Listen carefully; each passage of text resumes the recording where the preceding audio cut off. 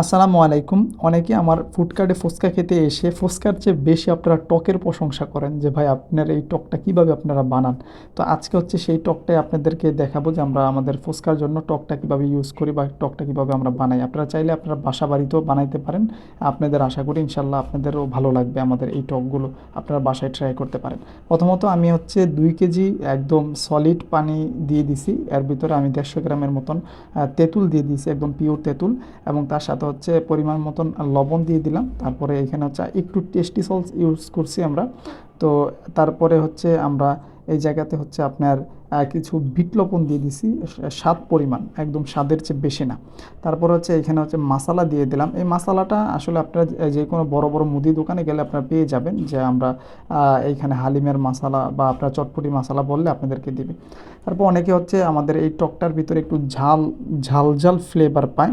সেটা আমরা কীভাবে ইউজ করি, সেটা হচ্ছে আমরা এখানে কিছু গুঁড়ামরিচ, না আমরা হচ্ছে ডাইরেক্ট ওই যেই মরিচটা হচ্ছে আপনারা শুকনা মরিচটাকে বেটে বা ব্লেন্ডার করে যে শুকনা মরিচের গুঁড়াটা আছে সেটা আমরা এখানে ইউজ করি।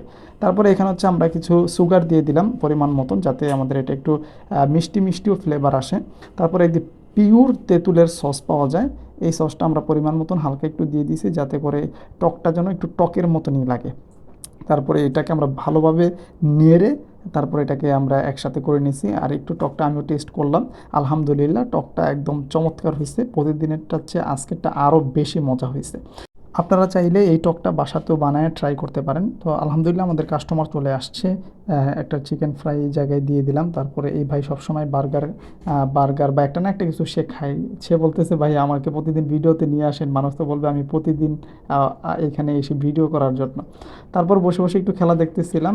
তার মাঝখানে হচ্ছে ওই রাজীব ভাই 2টা বার্গারের অর্ডার দিয়ে দিল। সেও আমাদের প্রতিদিনের কাস্টমার, আলহামদুলিল্লাহ প্রতিদিনই 2টা বার্গার তার লাগে। তারপরে এই যে মাদ্রাসার ছোট্ট মেয়েটা এসে আমার পাশেই বসলো। এই মেয়েটা এর আগে 3 দিন আসছে, কিন্তু মাগরিবের নামাজের আগে আসছে। মাদ্রাসা মাগরিবের আজানের সাথে সাথে খুলে ফেলে আসরের পরে খেলার পরে। কিন্তু সে তখন ফ্রেঞ্চ ফ্রাই এসে চায়, কিন্তু তাকে ফ্রেঞ্চ ফ্রাই দিতে পারি না, যেহেতু এটা ভাজতে লাগে, গরম গরম খেলে ভালো লাগে। তো তাকে আজকে দিছি আলহামদুলিল্লাহ। আজকে সে সময় নিয়ে অনেক আগে আসছে, তো তাকে ফ্রেঞ্চ ফ্রাই দিয়ে দিয়েছিলাম। তারপর সে নিয়ে চলে গেছে। তারপর মাগরিবের পরে কিছু মিট বক্সের অর্ডার আসে। তো অনেকে বলে যে ভাই আপনার মিট বক্সে আপনারা কি কি দেন, আপনারা কিভাবে মিট বক্স তৈরি করেন সেটা আমাদেরকে বললে মনে হয় ভালো হতো। আমরা মিট বক্সে তেমন বেশি কিছু দিই না, তারপর আলহামদুলিল্লাহ মানুষ যারা আমার মিট বক্সটা এখানে তারা ট্রাই করে, তারা অনেকেই বলে যে ভাই আপনার মিট বক্সটা একটু ডিফারেন্ট সবার থেকে। আমরা মিট বক্সে সসেস, ফ্রেঞ্চ ফ্রাই, চিকেন, তারপরে তার পাশাপাশি মনে করেন আমরা এই জায়গায় ক্যাপসিকাম ইউজ করি। আর এটার সাথে হচ্ছে চিলি সস, এবং তার পাশাপাশি হচ্ছে আমরা মেয়োনিজ দিয়ে থাকি। তো অনেকেই হচ্ছে এইভাবে বিটবক্স তৈরি করে। আমাদেরটা একটু ডিফারেন্ট। তো আমাদেরটাও আপনারা ট্রাই করতে পারেন।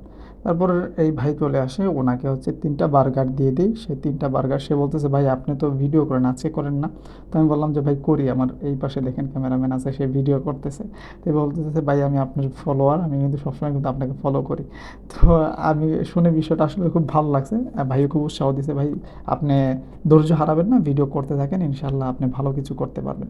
তারপরে এই কাস্টমার, ও আমার প্রতিদিনের কাস্টমার, সে চলে আসছে ফুচকা খেতে। প্রতিদিন বলতে সে 1 দিন 2 দিন পরে পরেই আসে। গত 2 দিন আগে সে যখন ফুচকা খেতে আসছিল, তখন সে 3টা বোম্বাই মরিচ সে একসাথে খেয়ে ফেলছে। সে বলছে তার নাকি ঝালই হয় না। তো মানে এই টাইপের মানুষ আর কি। আইসা মানে খুবই মজা করে, ভালো লাগে। দেখা যায় মাঝে মাঝে এরকম কাস্টমার পাইলে ভালো লাগে, তারা আইসা খুব আড্ডা মারে। তো বলতেছে ভাই এটা ভিডিওতে বলে দিয়ে না, বললে আমি লজ্জা পাবো।